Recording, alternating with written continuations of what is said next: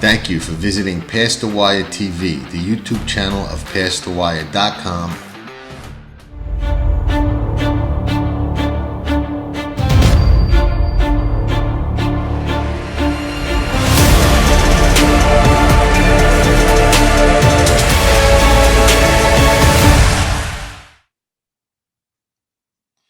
Welcome everybody to another episode of Past the Wire TV. Tonight, I think we've got a really interesting show. It's pre-Kentucky Derby. We're heading to the first Saturday in May fast. There was some news this week that kind of shook up all the Derby talks and kind of got a lot of attention on social media, probably rightfully so. It's a very interesting topic. And to talk with Jeff and myself about it, we've got a really special guest. We got Ronnie Ebanks, who I would call agent extraordinaire. Not really an agent anymore right now. We'll talk a little bit about what you've been doing lately, besides dancing on Venice Beach, which I did see. Ronnie's been a powerhouse agent for a long time. Knows this game as good as anybody that I know. Has a lot of insight to bring to the table about just about anything in thoroughbred racing you want to talk about. Actually rode himself way back. And represented many top riders, win a lot of big races. So he's definitely got a good perspective on this. And Jeff and I, I'm sure, have our opinion. So welcome to the show, Ronnie. Thank you for joining us. And what have you been up to lately? Thank you so much for having me on. This is fun. What I've been up to is a full schedule, unbelievably. I'm the guy, I say without a job, but I've got 4 jobs that I'm working on. And puppy I just took care of, just bought during COVID, a COVID puppy. So that's like raising another child. I've raised my kids already. So I'm busy as can be, but really in a great place in life and really doing well and having fun on top of it. Well, you've always had you've always been able to put a positive spin on any situation, as long as I know you, and I know you since I would say probably the early 90s, not even longer than that. That's right. Interesting. I was really surprised when the announcement came out that Rispoli wasn't going to ride Rock Your World back in the Kentucky Derby. I mean, and from just a human standpoint, watching his enthusiasm and scream and be so excited that he got that Derby mount after being in the country not a very long time and rose to that level, and have it pulled from him on a day that he won a stake for that very same outfit. I mean, within the hour, he won a stake for Sadler and Horonis at Santa Anita, and within the hour, the announcement came out, which had to be like, I don't even want to say a gut punch. That's like a throat punch. I mean, I don't know. You as an agent have probably been in that situation. What was your take on it at first? What are your thoughts on it? I got to tell you, listening to it, first of all, I wasn't up to speed with what was going on. I got to be honest with you. I've been so involved in a business project. I have not paid any attention to horse racing. The last 6 months, I read the highlights of articles, and that's about it. It's really kind of the Pollock report is about the only thing I'm really getting any information from. And I don't talk to a lot of racetrackers really at all either, because I'm in 2 other worlds of a business and a motivational speaking, 2 different businesses outside of horse racing. So that being said, when I heard recently, how I really understood it was I saw the Pollock report and I saw John Sadler's rebuttal about what happened. Then I understood what went down. I just heard something about some rider change or some jock being taken off.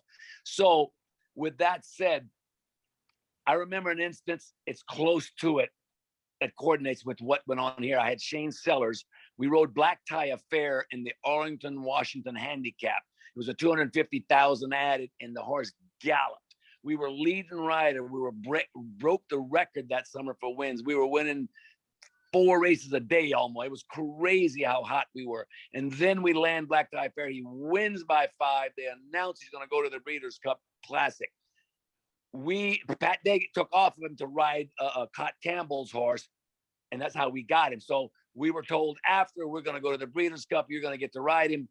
Within a week or something, they announced Jerry Bailey was leading rider of the nation, won the Eclipse Award before.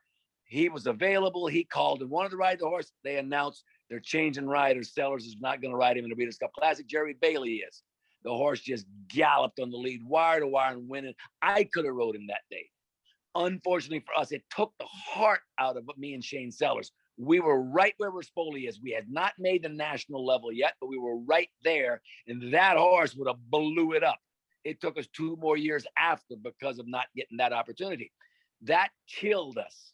It was so hard on us, but what we both had to understand was we picked it up from a jock that rode it the time before that wasn't available, Pat Day. So we got lucky. We got paid. They owed us nothing. There was not any other commitment besides that race. But customary is you win a race like that, you get to ride the horse back. We were unknown. Jerry Bailey was a champion. That really hit us in the gut the same way. But at the end of the day, we took it personal, but we overcame it and had to let it go because that's the business. We wanted to ride for that owner again. We wanted to ride for that trainer again. But now when I heard this, honestly, I would have the same reaction. This kid cannot be but heartbroken. They say the toughest things in life that you go through experiences is the ones you grow the most from. This is going to be the biggest lesson he has in his career, maybe. And this will define him, how he handles this. It's how he responds to it. But from the public's point of view and the outsider or casual race fan, it's disgusting. It's like no honor amongst an industry. What's the word I'm looking for? They don't. There's none of that anymore. And the trainers, the jocks, the agents, it's not what it used to be. Your word is no longer. So after reading Sadler's rebuttal, I honestly take a different approach and a higher look. If I was an agent, I'd probably be hard to say this, but I'm not an agent, so I'm the outside. What I feel is he's making a call like a coach of the New England Patriots make the call what player he's going to put in on the last play of the Super Bowl. And it's his decision, win or lose. That's why he's getting paid. That's why he's put there. It does not look good to the industry. It does not look good to the jock, to his agent, to his fans. But maybe his owners are all aboard and really wanted that, and he's taken the call. Maybe it was his idea, but they had to agree to it. Rosario, I worked for Rosario for 3 years in California. We won every title besides one, the short meet at Hollywood. And Sadler was our #1 guy. The reason I left California with Rosario was because Sadler's lost every big horse he had. His horses cut in half. We were going to be struggling without him in the business that he had. His stable was going to go through a big transition. That was half of my decision to take Rosario and move him to New York. So that being said, he loves Rosario. That's his guy. His guy. Like Billy Mott was Jerry Bailey. If Bailey come available and you were riding one for Mott, honorable as that guy is, he wanted Bailey. John wants Rosario. Rosario is, again, you say, but in this industry, it's sad that it's like that because the horse really makes the jock. That kid is good. He's in flow. Be just as good as Rosario in this race because of the connection, because I've already ridden him. But Rosario's already rode the horse too. So there's so many factors. I could just go on and on, but I want to stop and give you all some time. This story is going to be one that they follow, as the broadcast network goes into the Kentucky Derby. There's just got to be a backstory because it is so big. The thing is, Rispoli's coming into his own. He's getting known. He's just rising through the ranks. Everybody loves him on the grass as a turf rider, but now he's proven what he can do on the dirt.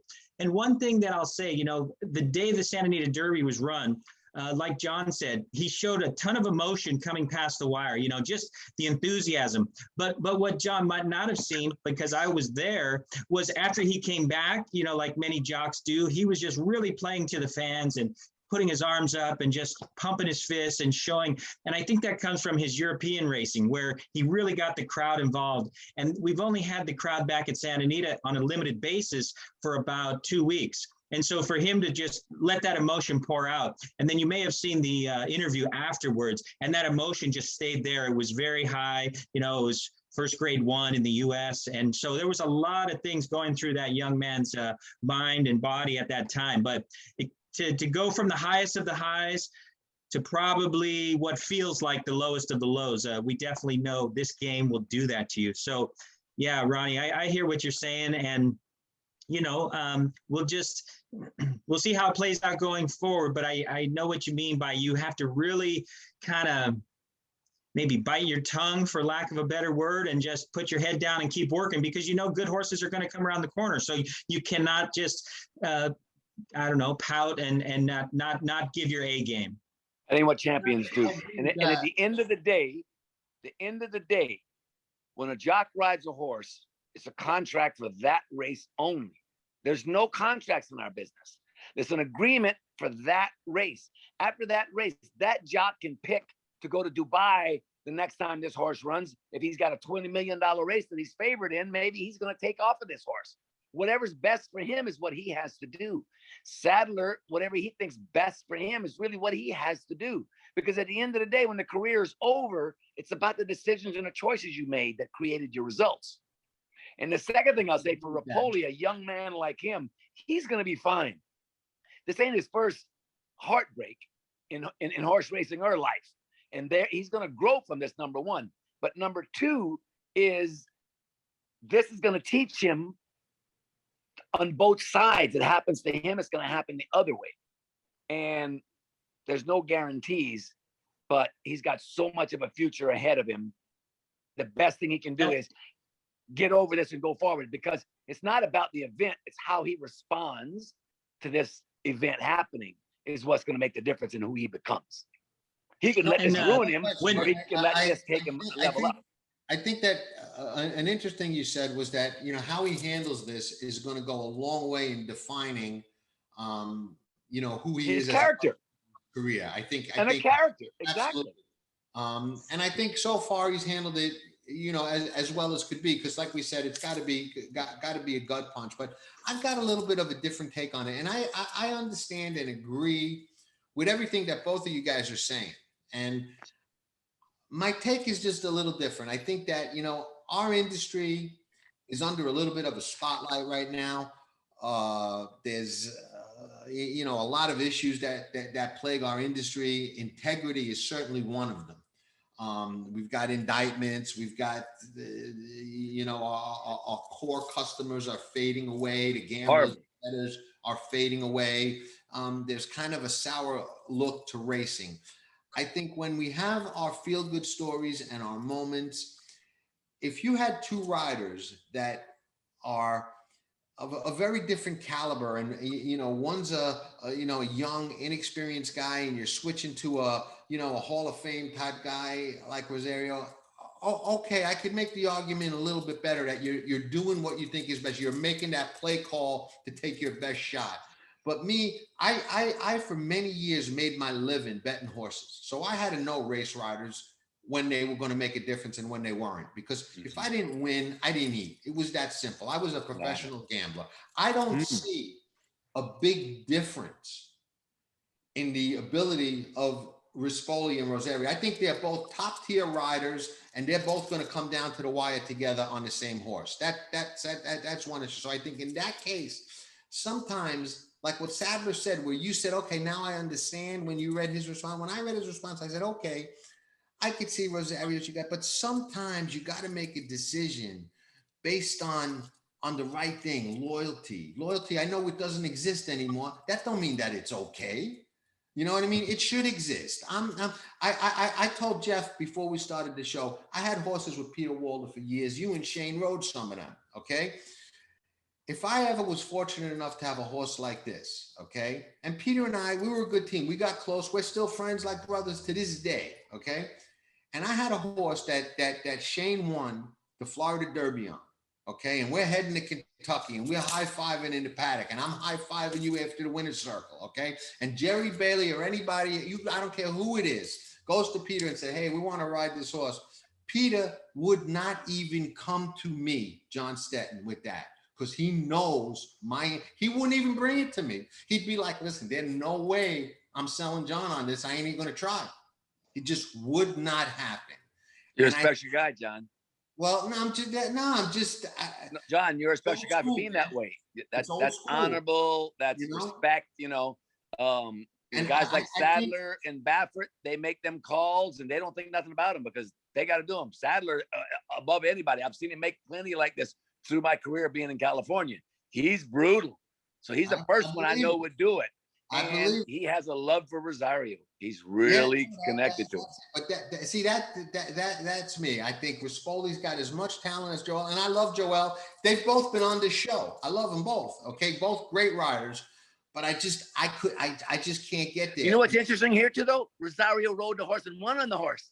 First time out, he did absolutely, but then So Rispoli got him isn't a borrowed thing. If Rosario was able to come back the last time, you'd have probably got to ride him then if maybe he wasn't available. We don't know all these things either. So this makes this case even more unique. Rosario had already ridden and rode him before him. Rosario is Sadler's #1 guy for the last 10 years. We know that. Here's another unique aspect of it. Okay, Ron Anderson, who represents Joel, was instrumental bringing Rispoli here. Rispoli comes here, gets settled, and wasn't here but a month when Ron told him, hey, you know what? John Velasquez is becoming available, and I'm taking him. And I find it ironic that now he's in the same position where he's kind of doing it to him again, I mean, not directly. I'm sure Sadler went to them, I don't think Ron, I'm sure well, I'm not sure, I don't know, but I think that's kind of how that played out, but it's a little bit of irony. And here's my question, okay, that I want to ask both of your opinion on, all right? I'm the owner of the horse, okay? It's my right, my horse. I'm the guy with the checkbook, okay? John Sadler made his call, okay? He says in the Pollock in the radio show that Pollock quoted that, we'll find out on Derby Day whether or not I made the right call. I don't agree with that. I think we already know, depending on how we stand, whether you made the right call. The results of the race are not going to decide whether you made the right call. Okay. When you look in the mirror, who you see looking back at you, that's what tells you whether or not you made the right call. Okay. But that aside, I'm the owner. I call Mr. Sadler up and say, John, we've had a great run. You're a good trainer. I'm going to leave some of my other horses in your barn. No problem at all. But Bob, when it comes to the Kentucky Derby, there's nobody better than him. It's indisputable. Your record outside of California is not all that stellar. I think my best shot to win the Kentucky Derby, and I'm getting old, I may not get another Derby horse, is with Bob. He's running a second or third stringer, concert tour scratched. Life is good. It's not there now. Have somebody walk that horse over to Bob's barn. He's going to saddle him and get him ready in 2 weeks for the Kentucky Derby, because I think that's my best shot. How does John Sadler feel in comparison to how Rispoli feels? And is he still saying that, we got to make these business decisions? I mean, what's both of your take on that? And a lot of people I've said that to, well, I've only said it to a couple of them, oh, it's a ridiculous analogy. I don't think so. I think it's spot on in principle. Maybe a little bit different because, training a horse, developing a horse, a lot of more work goes into that than getting a leg up in the paddock. I get all of that. But principle, I think it's the spot on same principle. Gentlemen? Well, I think go ahead, Ronnie. I'll let you go first. I'm sorry. Go ahead, Ronnie. I think what would be more interesting, because with a great question, to make that question even more relevant and better, I think, is after this horse won 3 in a row, he's 2 months away from the Santa Anita Derby and one of the favorites in California and on the Derby Trail, doing it then, say, when he's in development. Now, they'd be like, I don't think, it's a little bit kind of absurd because he knows everything about the horse, all the actions, all the training, all the rhythm, all the diet, everything. You don't want to change any of that 2 weeks before, right? With a trainer. So, but it's very interesting, as in, how does that trainer take it? Well, we've had some of them big things happen. We had one recently, I think, with Asmussen, the filly that he trains for, he took from Spar last year or a couple of years ago, if I remember right. But what I would say is, with a Derby with 2 weeks with a racehorse, we just know there's only you get back for 2 months, maybe he's going to find out something, see something in the training in the mornings. 2 weeks, he can't afford to take much chance doing anything different. So I don't see that being really possible or to say. But for the trainer and the jockey, it's like you again when it comes to I don't know what the word is like. Yeah, how do you do that? How do you do that this late? I mean, you stick with a winner. You know, if it ain't broke, why would you fix it? That's my point. You know, if it ain't broke, don't fix it. Guy wins the Santa Anita Derby, drawing away, put the horse on the front end. You know, it's like that old sign. Again, that's me and you. Everybody's got a different opinion, right? That's the thing about this. And he gets to do whatever he wants because there's no rule about this. He's open to choose and put a different jock every race, any race, you know. So right. It's the way of the world. It's not like it used to be. We're a long way from Kansas, Johnny. We are, man. I think it becomes, you know, for jockeys, when you get to that top level, it becomes like a self-fulfilling prophecy because everybody comes to you with the big horses. So now you got to choose between 4 big horses and which ones to ride. And I think when your question is about, would you take the horse from the one trainer and give it to the other? I mean, that truly is what seems to happen. It seems that if you are an owner and you have $1 million, $2 million horse, you're going to give it to Bob Baffert because you're going to gear towards those Triple Crown races because that's what he does. That's what he gears towards. I think it would be the same. I think because at the end of the day, I think whoever leads that horse over to the paddock, that horse would run his race. Both trainers are comparable. Baffert has had more success, but I think that that horse is gonna run as good as he's gonna run, no matter whose name's on the program in this scenario of 2 weeks. And also with the jockey, unless the jockey gets trapped in a pocket and makes a mistake, but that any top jockey could get lured into that. It happens to the best, Mike Smith, and down the road, like Velasquez, all these. We've seen it, and you just don't want it to happen on the biggest stage, which is the Kentucky Derby. And these horses, they only get one shot at it. And I guess Sadler's thinking, I only get one shot at it. I haven't had a lot of Derby runners, so this is what I'm going to go with. So that's what he decided. But I agree with you, John. I mean, hopefully, like Ronnie said, one day Rispoli's the one that's got 4 choices to make, and he's got to tell 3 guys that he just won on, sorry, I can't ride your horse. I got to ride this one. And a lot of times, you know, being a smaller barn, I know how it is. You know, you get bumped, they got to go ride for the big guy. And unfortunately, this scenario happened where, you know, really, like what you said, John, the emotion that we saw from Rispoli, and it was almost like a given that here's his chance to go to the Kentucky Derby.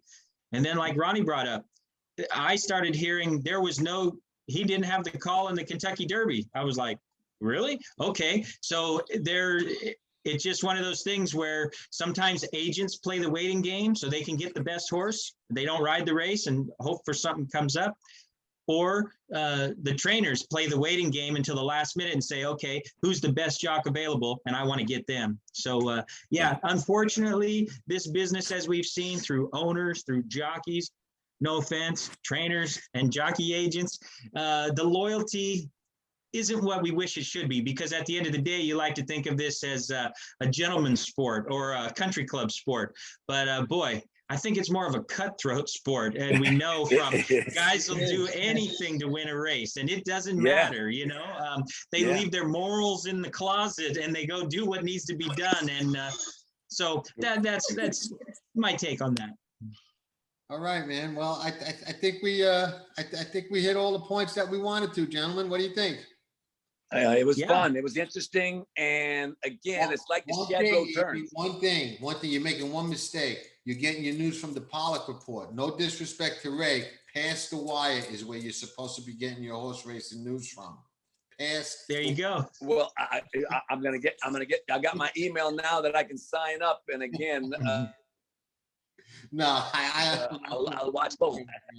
But there you go. Always great. I was just set up on an automatic email, so I just happen to still be getting it. There you go. Perfect. So, hey, great but talking today, my with favorite's at the wire. That's it, man. Yeah. Always good. I appreciate you guys. I'm glad you're doing well. Stay in touch, man, and I'll run into you soon.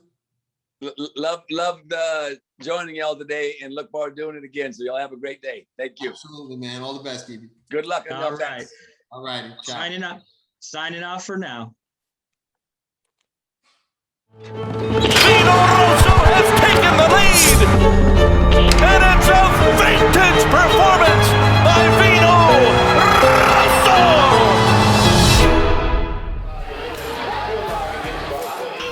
Nobody does it better.